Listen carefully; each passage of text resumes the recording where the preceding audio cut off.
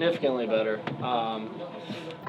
Been saying it for a while, about second year in the same offense, and I think it's paying off huge right now. From a communications perspective, from pre-snap, post-snap, and then before we go on the field, once I come off the field, that communication is so much better just because we know each other so well now. And I know when he calls play, I know exactly what looks he's looking for. And if we're not in that look, then I'm able to get us into a different play. So we're really making strides there. I think the offense, you're going to see a lot more communication this season, a lot more command, which I'm really excited to on display.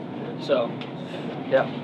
What's one thing that you've seen so far that makes you think, wow, we're going to be way better at X or Y compared to last year? The communication piece, like always being ID'd right. That's the biggest part for me right now is whatever play we're in, making sure that we have guys accounted for, and if we're not accounting for them, we're either reading them, we're throwing off them, whatever it might be, whatever the play is designed for. But always accounting for everybody, and then if I'm hot, knowing where to go with the ball. I think you're going to see a significant difference there. I think it'll help in turnover battle too. A lot there. So lots of good right now but all honed in on communication from my perspective. So Sean, I know a lot of times you're looking downfield, right? But how do you feel like the guys in front of you and the offensive line are handling everything so far in camp? I think that's where the communication piece has been huge. Those guys up front have been really working hard to work with me to know, what are you seeing on this play? What are you seeing on this play? So that way when I make calls, they're not surprised. They're honestly at this point anticipating calls. So it's been really good. Juice Scruggs really leading that group right now with Caden Wallace. That whole group, Sal Wormley, everybody. But really, bringing some young guys along, like with Olu and Landon, Hunter, who just came in. We got a lot of guys. Bryce Hefner, obviously, too. So across the board, we're having a lot of success, and we're really excited to put it on display. Sean, playing off that, how problematic is this Penn State defensive line for opposing quarterbacks? And when you see some of the new guys off the edge, Chop, Adisa coming back, and Nittany, can you give us, kind of from your perspective in the pocket, what that looks like right now? Yeah, I think that all the defensive linemen are playing at a pretty high level right now. I think getting PJ back is huge, just from a leadership perspective and obviously talent. I mean, he's super talented, uber talented. So PJ holding it down, and then from a development perspective, I think Chop's done a fantastic job of coming in. Disa coming back, being himself, and now taking that leadership role. And I think it goes all the way across the board. Nick Tarburton. I think the young guy Nittany, he's a solid player too. So we got a lot of dudes at the defensive line position. A lot of guys I'm just really excited to see come to full fruition here. Talk about communication. Joey Porter over here. Keandre is a guy you played with, obviously Parker as well. With Mitchell, how is that coming along on the field during camp here? I think that all the wide receivers have had a really solid camp. I thought that we've hit we'll hit super highs, and then we'll kind of plateau and work through some of the errors that we made earlier, get over those, and then we keep hitting new highs. From an explosive percentage, we're really high right now from an offensive perspective, which is great for us. And it's challenging, guys like Joey and we're just giving them a bunch of looks. So I think it's going to be really good for them because it's always like that in camp where you have no idea what they're installing that day. So you're going to get a mixed bag. So they might get us one period, we might get them another period, and then the same goes for us. We might throw some tricks and gadgets in there, and they won't know what's coming. So I think from both sides, it's been super competitive, back and forth. We win the explosive play battle, we lose the explosive play, it's just back and forth, and that's what makes a great football team. And we have that right now, so it's been a lot of fun. You've got 2 weeks to go to the opener. Is it more of the same in practice now, or are there some particular things you think have to be emphasized in these next 2 weeks? It's the same right now. We'll definitely change our mindsets pretty soon, getting more into game 1. But as of right now, it's still Penn State football versus Penn State football, good on good. making each other better, and it's been a great camp, to be honest with you. Yeah. Sean, which cornerbacks have stood out to you so far? You mentioned Joey earlier, and which ones? Cornerbacks, yeah. I think obviously Joey holding it down. I think you got to start talking about Johnny Dixon. Johnny Dixon's had a fantastic camp. Caitlin King's a name that you've been hearing for a while. You're going to see him. Obviously, he's a fantastic corner. I think Cam Miller, the new freshman, has impressed me.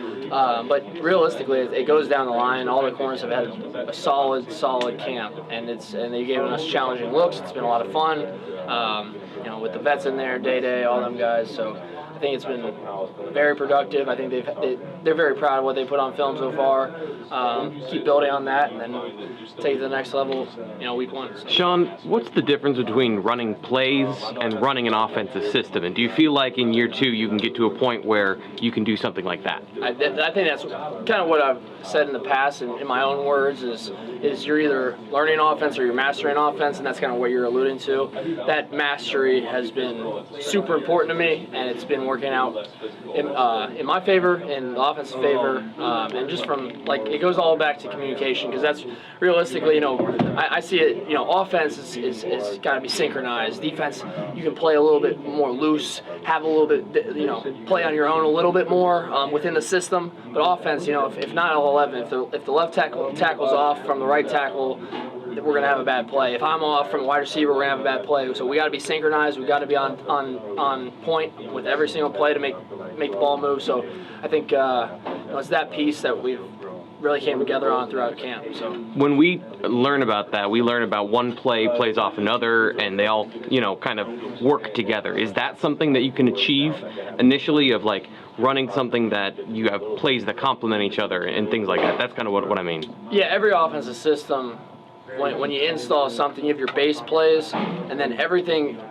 surrounds themselves off the base plays. So you make your trick plays off the base plays, your gadgets off the base plays, your double moves off the base plays, so that everything looks like the base and what you're very comfortable with, and then you expand from there. And I think we've done a really good job of that.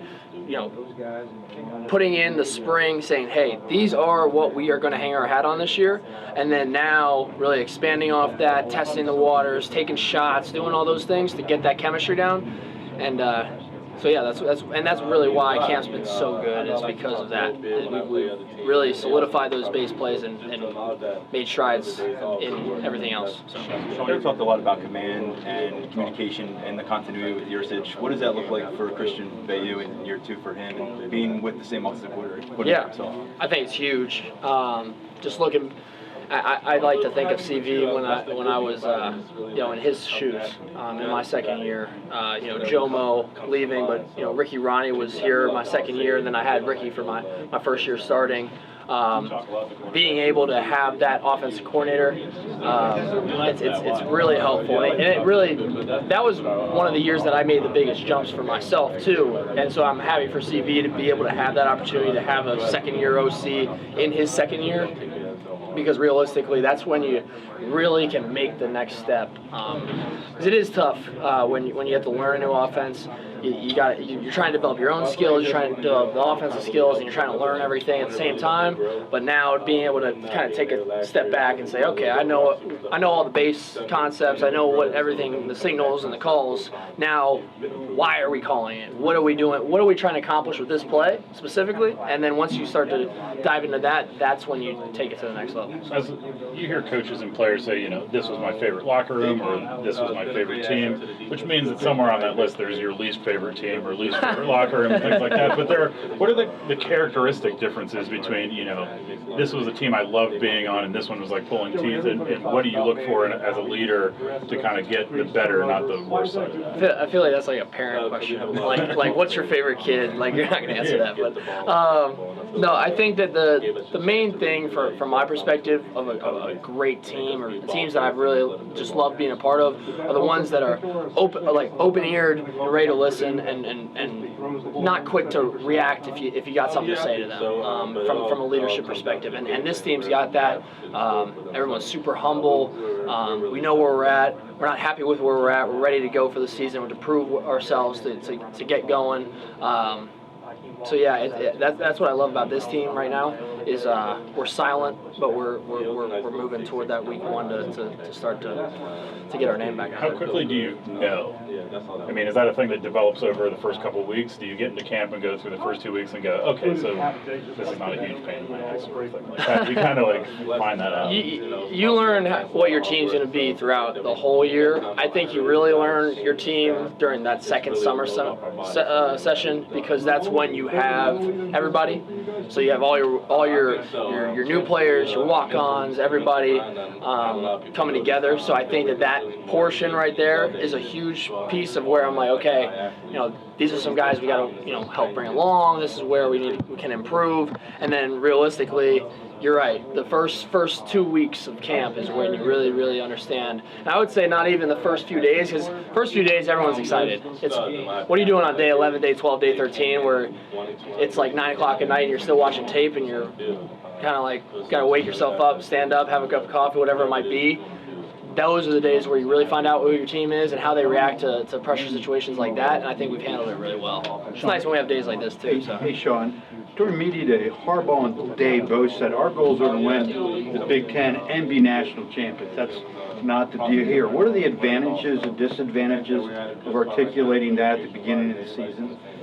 I think probably just, everybody talks about the goals. We even talk about the goals. Obviously. Really? It's always, every year you talk about what is our long-term goal. And that's always to win the Big Ten championship, to win a national championship, and everybody has their individual goals as well. But that's only a one-time conversation. We had that conversation, and then it's all about getting better 1-0, 1 day at a time. So I think that the advantage is definitely just having that constant reminder. But the disadvantage is sometimes you think about the future too much when realistically you got to live in the present. So I love Coach Franklin's mindset. I love what he does with our program about the 1-0 mentality. I think it's true. I think it's the best way to look at it. So yeah, but it's just different programs, different ways to look at it. Realistically. Last time we were on, got access last Wednesday, Franklin and Jair Brown both spoke very highly of the 2 freshman running backs. Put a lot of praise their way. Do you have anything to offer in terms of the feedback you've seen, not just now in spring, but through some serious football? Yeah, I think that obviously it always starts with the vets. I think from Kevon, being that veteran guy in the room, taking a lot of snaps. I think he's led in a really good way. Same with Devin Ford. I think he's done a great job. And then realistically, the freshmen have came in and really just pushed everybody. They understand competition. They want to play, which is great. Obviously, you want freshmen to come in and want to have the ball in their hands, and they both want to have the ball in their hands. So it's impressive from that regard, just from a confidence perspective. But they make plays too. I think someone tweeted Fat Man just scurrying off a few times. Yeah, and on a couple touchdowns. So they've been making big plays, clutch plays. We put a lot of pressure in practice from crowd noise and situations. Coach Franklin's always announcing what's going on in the practice. If it's close, like if we're in a competitive period, 7-7, he's going to make sure that the quarterback knows, the offense knows, the defense knows that it is tied up and this is the game-winning point for that session or that period. So it's always about putting us in pressure. So that way, when the fourth quarter comes and you got to make that play, you've already done it 100 times, so you're ready to go.